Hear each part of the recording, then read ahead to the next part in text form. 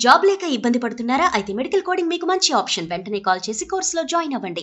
ఆంధ్రప్రదేశ్లో sports city ఎక్కడ కడతారు? దీని చుట్టూనే చర్చ నడుస్తుంది. దీంతో పాటు ల్యాండ్ పూలింగ్ ఫేజ్ 2, ఫేజ్ 3 అమరావతికి సంబంధించి లింక్ అయి ఉన్నాయనేటువంటి ప్రచారం కూడా జోరుగా సాగుతుంది. అయితే వీటన్నిటిలో కూడా ఒక సైడ్ లైట్గా కనిపిస్తున్నటువంటి పేరు, వినిపిస్తున్నటువంటి పేరు మూలపాడు. మూలపాడుకు సంబంధించి ఇటీవల బీసీసీఐ ప్రత్యేక క్రికెట్ అకాడమీని కూడా శాంక్షన్ చేసింది. అసలు ఈ మూలపాడు ఎక్కడ ఉంది, అక్కడ ఉన్న ఇన్ఫ్రాస్ట్రక్చర్ ఏంటి, క్రికెట్ అకాడమీ ఎందుకు పెట్టారు, ఈ సందేహాలు అందరిలోనూ కూడా వచ్చాయి. కానీ ఆంధ్రప్రదేశ్ ప్రభుత్వం స్పోర్ట్స్ సిటీని మూలపాడుని కేంద్రంగా చేసుకుని నిర్మించాలనే ఒక ప్రణాళిక చేస్తుంది. ఆ క్రమంలోనే ఇటీవల మంత్రి నారాయణ కృష్ణానదికి ఆవల వైపున ఉన్నటువంటి, అంటే అమరావతికి అవతల వైపు అమరావతి ఉంటే యువతల వైపు ఉన్నటువంటి ప్రాంతాలు, విజయవాడ వైపు కనబడేటువంటి నేషనల్ హైవే 65 అంటే హైదరాబాద్ టు విజయవాడ హైవే మీద ఉన్నటువంటి ప్రదేశాలని మంత్రి నారాయణ పరిశీలించారు.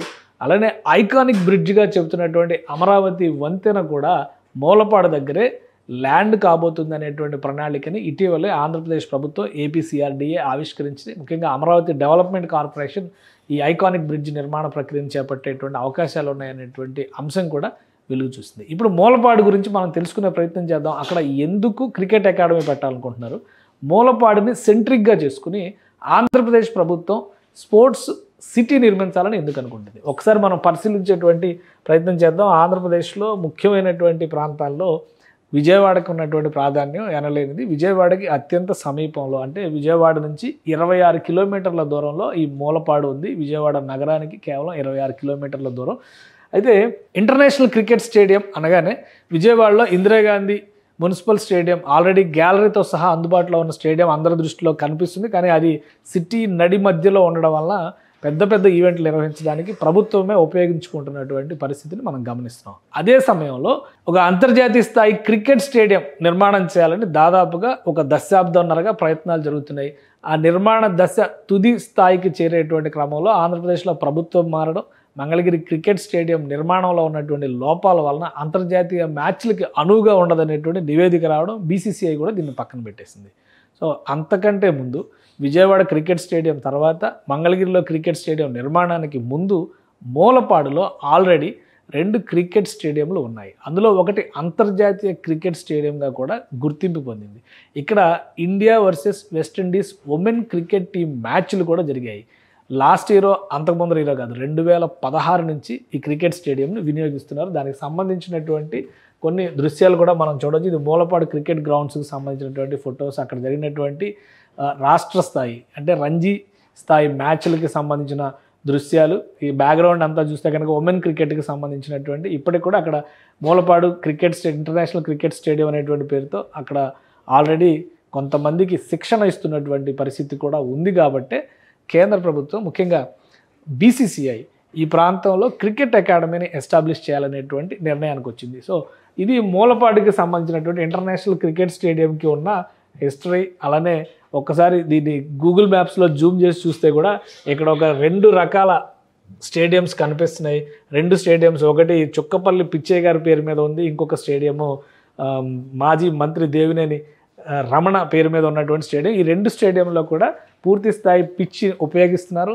అక్కడ లోకల్ మ్యాచెస్ జరుగుతున్నాయి, జాతీయ స్థాయి మ్యాచ్లు అంటే రంజీ స్థాయి మ్యాచ్లు కూడా కొన్ని జరుగుతున్నటువంటి దాఖలాలు ఉన్నాయి. సో దీన్ని దృష్టిలో పెట్టుకుని ఆంధ్రప్రదేశ్ ప్రభుత్వం ఇక్కడ బీసీసీఐ ఏర్పాటు చేయాలనుకున్నటువంటి క్రికెట్ అకాడమీకి సుముఖత వ్యక్తం చేసింది. అదే సమయంలో రాష్ట్రానికి సంబంధించి ఒక ప్రత్యేకమైనటువంటి ప్రణాళిక, అంటే స్పోర్ట్స్ సిటీ నిర్మించాలంటే కృష్ణానదికి ఆవలగట్టు, యువతల గట్టు అమరావతి నగర నిర్మాణం జరుగుతుంది, అవతల గట్టున స్పోర్ట్స్ సిటీ నిర్మించాలనేటువంటి ఒక ఆలోచనతో ఇటీవల మంత్రి నారాయణ పర్యటన జరిపారు. అక్కడ అందుబాటులో ఉన్నటువంటి ప్రభుత్వ భూములు, ప్రైవేటు భూములు వీటన్నిటిపైన కూడా అధ్యయనం జరిపారు. ఒక ప్రణాళిక ప్రకారం మీరు ఈ చేతిలో ఉన్నటువంటి పేపర్లో మ్యాప్ చూస్తే కనుక ఎంతవరకు భూములు సేకరించవచ్చు, రివర్ ఫ్రంట్ అవుతుంది కాబట్టి వాటర్ గేమ్స్ రిలేటెడ్ కూడా ఇక్కడ ఎంకరేజ్మెంట్ చేయడానికి అవకాశం ఉంటుంది. కాబట్టి ఇంటిగ్రేటెడ్ స్పోర్ట్స్ సిటీని నిర్మించాలి, అంతర్జాతీయ స్థాయిలో ఉండాలనేటువంటి ప్రణాళికని ఆంధ్రప్రదేశ్ ప్రభుత్వం సిద్ధం చేస్తుంది. సో మూలపాడు కేంద్రంగా ఈ స్పోర్ట్స్ సిటీ నిర్మాణం చేయడానికి 2 ప్రధాన అంశాలు కనిపిస్తున్నాయి. ఒకటి ఆల్రెడీ క్రికెట్కి సంబంధించినటువంటి ఇన్ఫ్రాస్ట్రక్చర్ అక్కడ ఇంటర్నేషనల్ లెవెల్లో డెవలప్ అవుతూ పిచ్ డెవలప్ అయింది. కానీ అక్కడ ఎలాంటి గ్యాలరీలు కానీ ఇతర వ్యవస్థలు కానీ లేవు, వాటిపైన ఫోకస్ పెట్టడానికి అవకాశం ఉంటుంది. అలానే ఐకానిక్ బ్రిడ్జ్ వచ్చి ఇక్కడ ల్యాండ్ అవుతుంది కాబట్టి ప్రత్యేకంగా రాష్ట్ర ప్రభుత్వం దీనిపైన ఫోకస్ పెట్టింది. ఒకసారి మనం ఈ మ్యాప్ని గమనించి చూస్తే కనుక ఐకానిక్ బ్రిడ్జ్ ఈ ప్రాంతంలో వస్తుంది. కీలేసుపురం అనేటువంటి ప్రదేశంలో ఇది ల్యాండ్ అవుతుంది. ఎందుకంటే ఇక్కడ ఈ N13 రహదారిని ఇక్కడ రాయనపాడు నుంచి అంటే రాయపూడి నుంచి ఈ రహదారిని విస్తరిస్తూ ఈ ప్రాంతం దగ్గర అంటే మూలపాడు ఏరియా దగ్గరే ఈ బ్రిడ్జ్ ల్యాండ్ అవుతుంది. కాబట్టి ఈ ప్రాంతం మొత్తాన్ని కూడా స్పోర్ట్స్ సిటీగా డెవలప్ చేయాలనేటువంటి ఒక ఆలోచన రాష్ట్ర ప్రభుత్వం చేస్తుంది. అయితే అమరావతి ప్రణాళికలో 9 నగరాలు ఉన్నాయి కదా, అందులో స్పోర్ట్స్ సిటీ లేదా అంటే స్పోర్ట్స్ సిటీ కూడా ఉంది. దాన్ని కూడా ఒకసారి మనం పరిశీలిద్దాం. ఇక్కడ 1600 ఎకరాల వరకు భూములు సేకరించాలనేటువంటి ఒక ఆలోచన చేస్తున్నట్టుగా సమాచారం ఉంది. అమరావతి నవనిర్మాణాల ప్రణాళికలో ఇక్కడ మనం చూస్తే క్రీడల నగరం ఇదే స్పోర్ట్స్ సిటీ. అంటే ఇప్పుడు ఏదైతే N13 రహదారి రాయపూడి నుంచి నేరుగా మూలపాడుకు వెళ్తుందన్నారో దానికి ఆనుకుని ఉన్నదే క్రీడా నగరం. దీనికి సంబంధించి కూడా అప్పట్లో 4150 ఎకరాల భూముల్ని ఇక్కడ కేటాయించారు స్పోర్ట్స్ సిటీకి సంబంధించి. Pullela Gopichand academy, PV Sindhu academy ఇటువంటి వాటికి ల్యాండ్ అలాట్మెంట్స్ కూడా అప్పట్లో జరిగినాయి.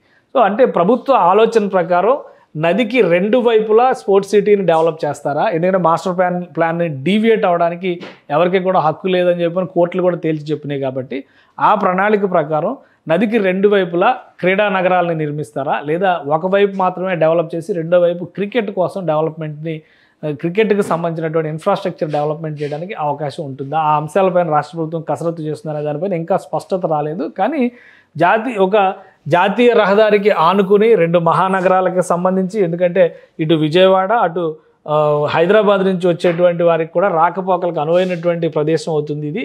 సో ఆ రకంగా చూస్తే కూడా ఒక అడ్వాంటేజ్ ఉంటుంది అనేటువంటి ఆలోచన బహుశా రాష్ట్ర ప్రభుత్వం చేసినట్టుంది. క్రికెట్ హబ్గా మూలపాడు ప్రాంతాన్ని డెవలప్ చేయడం, స్పోర్ట్స్ సిటీగా అమరావతిలో ఉన్నటువంటి ప్రదేశాన్ని డెవలప్ చేయడం, నదికి అటువైపు ఇటువైపు కూడా ఒక అనుసంధానత ఏర్పడుతుంది అనేటువంటి ప్రణాళిక రాష్ట్ర ప్రభుత్వం చేస్తున్నట్టుగా కనిపిస్తుంది. ఇక్కడ విజయవాడ నుంచి మూలపాడుకు చూస్తే దాదాపుగా 26 కిలోమీటర్ల డిస్టెన్స్ కనిపిస్తుంది. అదే మంగళగిరికి చూస్తే కనుక మంగళగిరి ప్రాంతంలో నిర్మాణం అవుతున్నటువంటి స్టేడియం చూస్తే కనుక ఒక 13 కిలోమీటర్ల డిస్టెన్స్ కనిపిస్తుంది.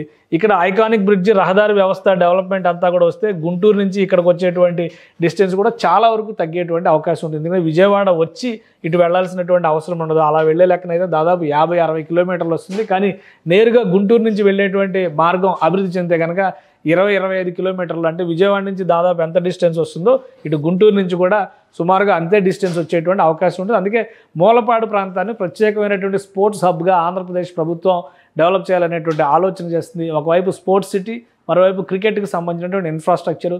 ఇప్పటివరకు ఆంధ్ర క్రికెట్ అసోసియేషన్ ఆధ్వర్యంలో విశాఖపట్నం ఇంటర్నేషనల్ స్టేడియం మినహా విజయవాడ చుట్టుపక్కల 3 స్టేడియంల నిర్మాణాలు జరిగినప్పటికీ కూడా ఏవి కూడా అంతర్జాతీయ అవసరాలకు సరిపడినట్టుగా సిద్ధం కాలేదు, తయారు కాలేదు. కాబట్టి ప్రస్తుతం ఆంధ్ర క్రికెట్ అసోసియేషన్ ప్రెసిడెంట్గా ఉన్నటువంటి కేసినేని చిన్ని, విజయవాడ ఎంపీ ప్రత్యేకమైనటువంటి శ్రద్ధతో మూలపాడు పరిసర ప్రాంతాల్లో ఉన్నటువంటి క్రికెట్ ఇన్ఫ్రాస్ట్రక్చర్ని అంతర్జాతీయ స్థాయి డెవలప్మెంట్ దిశగా తీసుకెళ్లాలనేటువంటి ఆలోచన చేస్తున్నారు. ఈ క్రమంలోనే 60 ఎకరాల్లో నిర్మించాలనుకుంటున్నటువంటి భారీ స్టేడియం, క్రీడా ప్రాంగణం కూడా ఈ ప్రాంతంలో వచ్చేటువంటి అవకాశం ఉంది. దీనిపైనే ఇప్పుడు భూసేకరణ, భూ సమీకరణ అనే అంశాలపైన రాష్ట్ర ప్రభుత్వం కసరత్తు చేస్తున్నట్టుగా తెలుస్తుంది. మొత్తం మీద తెలుగు రాష్ట్రాల్లో ఆంధ్రప్రదేశ్లో మధ్య ప్రాంతంలో విజయవాడకి సమీపంలో క్రికెట్కి సంబంధించినటువంటి ఇన్ఫ్రాస్ట్రక్చర్ విషయంలో ప్రత్యేకమైనటువంటి శ్రద్ధ రాష్ట్ర ప్రభుత్వం చూపిస్తుంది. దానికి మూలపాడు కేంద్రం అవుతుంది అనేటువంటి సంకేతాలు స్పష్టంగా కనిపిస్తున్నాయి. సుమన్ టీవీలో మీ పర్సనల్ అండ్ బిజినెస్ ప్రమోషన్స్ కోసం కింది నెంబర్కి కాంటాక్ట్ చేయండి.